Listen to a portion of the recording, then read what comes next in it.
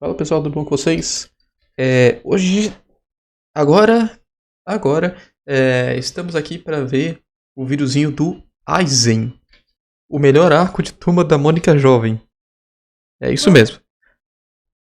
Eu li um pouco da Turma da Mônica Jovem, até os primeiros, lá no começo mesmo, né? Então eu não cheguei a avançar muito, eu cheguei mais ou menos na parte onde eles vão pro Japão, as paradas assim, né? Tem aquelas batalhas de robôs e tal. Enfim, depois disso eu não acompanhei tanto mais. Então vamos ver qual que é esse melhor arco da Turma da Mônica Jovem que ele fala. Se for algo que eu conheça, né, vai ser ótimo.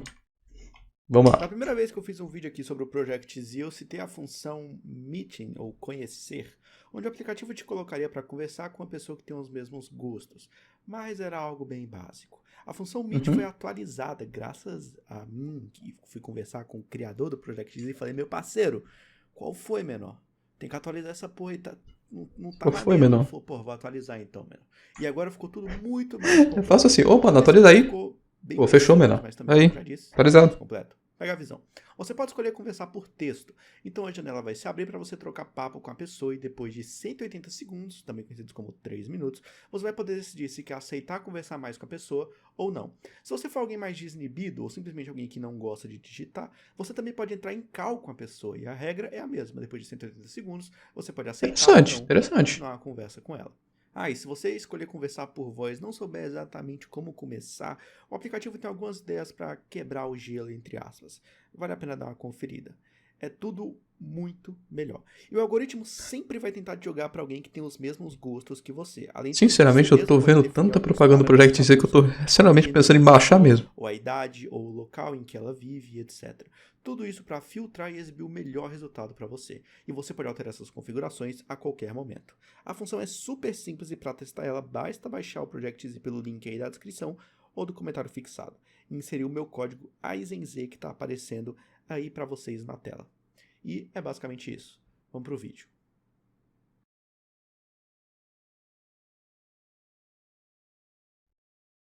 Seria algum tipo de opinião impopular eu afirmar o óbvio de que Turma da Mônica Jovem é muito melhor que muito mangá meia boca por Eu aí? concordo, eu concordo. Inclusive, vocês lembram quando a DC tentou reivindicar o prêmio de HQ mais vendida do ano com os flopados novos 52, que venderam só 200 mil cópias? Pois é, Vadias. Mônica beijando o Cebolinha vendeu 500 mil. Mas enfim, o vídeo de hoje é bem inusitado e diferente, falando sobre um arco de terror de Turma da Mônica Jovem, o Terror? aclamado, pelo menos entre os fãs, Arco Umbra, a primeira parte da grandiosa saga do fim do mundo, roteirizada pelo Emerson Abreu. Talvez você não conheça por nome, mas Emerson é um nome muito importante para a história da Turma da Mônica Ah, o como um Emerson, todo. sim. Ele é o criador de personagens como a Bruxa Viviane, que é a vilã central da história dividida em 3 partes do aniversário da Marina, que eu detesto, e também é o responsável por criar a família do Chaveco, sim, a Shed família do Chaveco. Caraca. Inclusive o Emerson é muito importante por ser responsável por dar mais espaço para os personagens como Chaveco e Denise. É mais ou menos no Ai, final cara, dos muito anos voltar ali a Turma da 2000 Mônica, cara, que muito se percebeu legal. que a Denise começa a ter seu visual definido nas histórias e um pouco depois Cris das Fitas que ela Denise. começa a ser de fato uma barraqueira padrão que tornou sua personagem memorável. A metalinguagem que ele colocava nas histórias era muito criativa também. Tem uma história que é quase toda sobre a Denise não entendendo qual o seu papel como personagem, já que toda vez que ela aparecia era de um jeito diferente. O Emerson é provavelmente o maior responsável por transformar a Denise na maior anti-heroína da história de Turma da Mônica, e também uma das melhores personagens. E coincidentemente ou não, Xavec e Denise até namoram aqui nessa HQ, mas eu explico isso depois. A Super Saga do Fim do Mundo começa na verdade com a história de Eu não duas lembro do meninas mais Chaveco suas no na Turma da Mônica passado. Jovem. E ela é importante não só por iniciar tudo, como por introduzir a personagem Berenice, que vai ser bem importante aqui. Umbra é um Berenice. arco dividido em 3 HQs lançadas em 2014, com relançamento em edição de luxo, mais ou menos de luxo, não tanto assim, em 2020. A história começa com a turma indo para Sococó da Ema fazer um trabalho de escola que seria um documentário para investigar a lenda da jumenta voadora. E essa é mais uma característica do Emerson que eu gosto. Ele resgata conceitos criados por ele há muito tempo atrás para incorporar nas HQs do presente. Então, por exemplo, ele traz de volta personagens como a Madame Creodosette, que aparecia pouco em revistas da turma infantil, para aparecer bastante aqui na Super Saga do Fim do Mundo, inaugurando sua volta na revista 51, A Saga a do tal Fim da do Mundo. revista das Aonde esse sombras do negócio chegou? passado. A jumenta voadora é outro desses conceitos. Em 2004 ficou estabelecido que a jumenta era um espírito que assombra quem não cuida das Tupperwares. É exatamente isso que você ouviu. Mas aqui ele tenta dar bem mais profundidade Maluco? à lenda urbana, adicionando toques realistas e mais macabros para a história. Mas Caraca. calma. A turma bate o carro e pega carona com a Creodosete e a Berenice. E chegando em Sococó, eles encontram a Denise, que agora está agenciando duplas sertanejas, porque ela é a Denise, ela pode. E a Sofia, que ajuda a Denise nessa tarefa.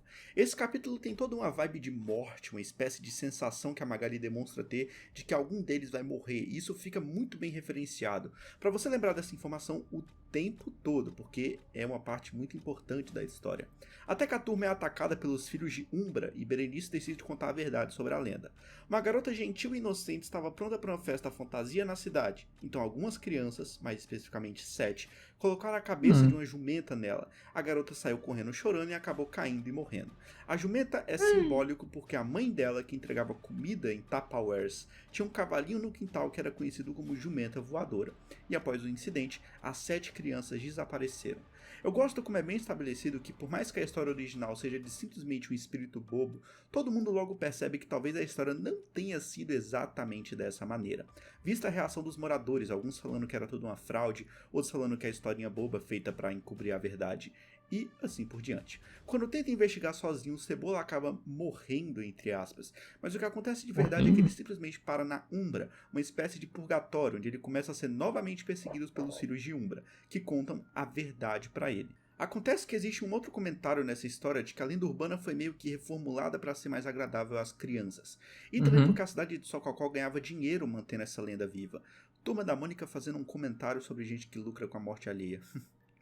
Interessante. Acontece que, na verdade, a história era a seguinte: existia realmente uma mulher que entregava comida nas Tupperwares para as crianças, mas a filha dela não era doce e gentil, ela tinha muita inveja e ciúme.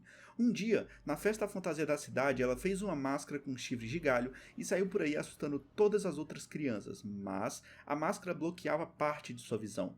Ela acabou caindo e morrendo. Sua mãe ficou completamente inconformada com isso e culpou as crianças pela morte de sua filha. Ela trocou sua alma com a serpente, que é uma espécie de entidade, e colocou todas as crianças dentro da Umbra, que é tipo o purgatório, em troca de ter sua Caraca. filha de volta. A menina voltou, mas como as crianças eram inocentes de tudo, a casa pegou fogo e a máscara foi pega. A máscara era simbólica, pois servia de rosto para sua filha. As 7 crianças então entregam a máscara para a Dona Morte. Sim, aquela Dona Morte. E não podem deixar que a garota pegue ela de volta. Aí vem a reviravolta. A mulher que vendeu sua alma e é mãe da garota é a própria Berenice. Eu acho maneiro a forma como a Hum. reviravolta é preparada, com o Kim questionando que a Berenice e a Creodosete estavam na direção errada para chegar em Sococó, e depois com a Berenice contando que essa era a cidade natal dela. Ou até o elemento mais óbvio, ela contando a história exaltando as características boas da garota, que na verdade era sua filha. Na verdade, é Ah, exatamente por sim. ela que descobrimos a primeira versão sombria, o que depois fica bem suspeito quando você lê por uma segunda vez. Eu não esperava que a Berenice fosse a mãe o tempo todo, talvez eu tenha subestimado muito a Turma da Mônica jovem. Tipo, muito mesmo. Agora, o que acontece no fim? Bom, a Berenice recupera a máscara e meio que se funde com a própria filha, criando literalmente a jumenta voadora, que se parece muito com o monstro Lich de The Witcher. Mas, através de um plano que contava com a colaboração de todo mundo, Ah, é isso, o incluindo os filhos de Chaveco? Umbra, Cebola e Caraca. sua turma conseguem derrotar a criatura. E a cena final é interessante também, com o Cascão se questionando se tudo isso não tinha sido um plano arquitetado pelas crianças, para que elas ficassem libertas da Umbra, coisa que acontece no final. E bem no finalzinho você vê que mesmo fora da Umbra elas mantêm seus poderes e agora controlam a cidade, o que é Hum. bem horripilante para os padrões de Turma da Mônica.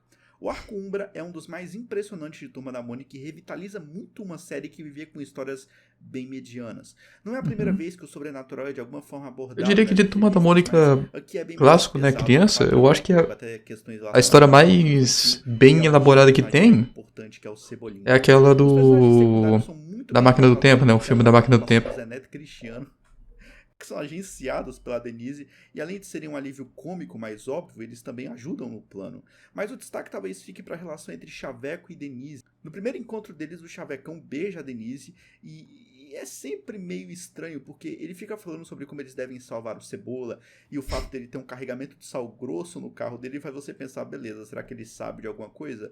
Bom, ele sabe, porque a gente descobre no final que o Chavecão veio do futuro, onde as coisas deram errado e ele e a Denise namoram.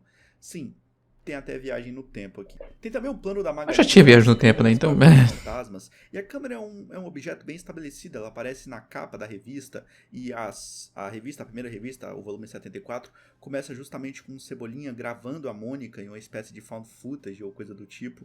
E ela também diz que isso é ciência. Olha, eu não sei o quão precisa cientificamente a Magali tá sendo nessa cena quando ela fala que câmeras podem detectar fantasmas e qualquer tipo de atividade paranormal, mas foda-se, ela é a Magali. A partir de Sombras do Passado e Umbra, que por sinal tem a capa mais fodástica de todos os gibis da Turma da Mônica, na sua edição 75, Emerson começou a desenvolver o enredo da super saga do fim do mundo, mas, infelizmente, desde 2016 não tivemos mais capítulos sobre. Ele afirmou estar meio cansado, já que sua vida tinha basicamente virado essa saga, então ele passou a fazer mais histórias para a Turma da Mônica, as que eles são crianças.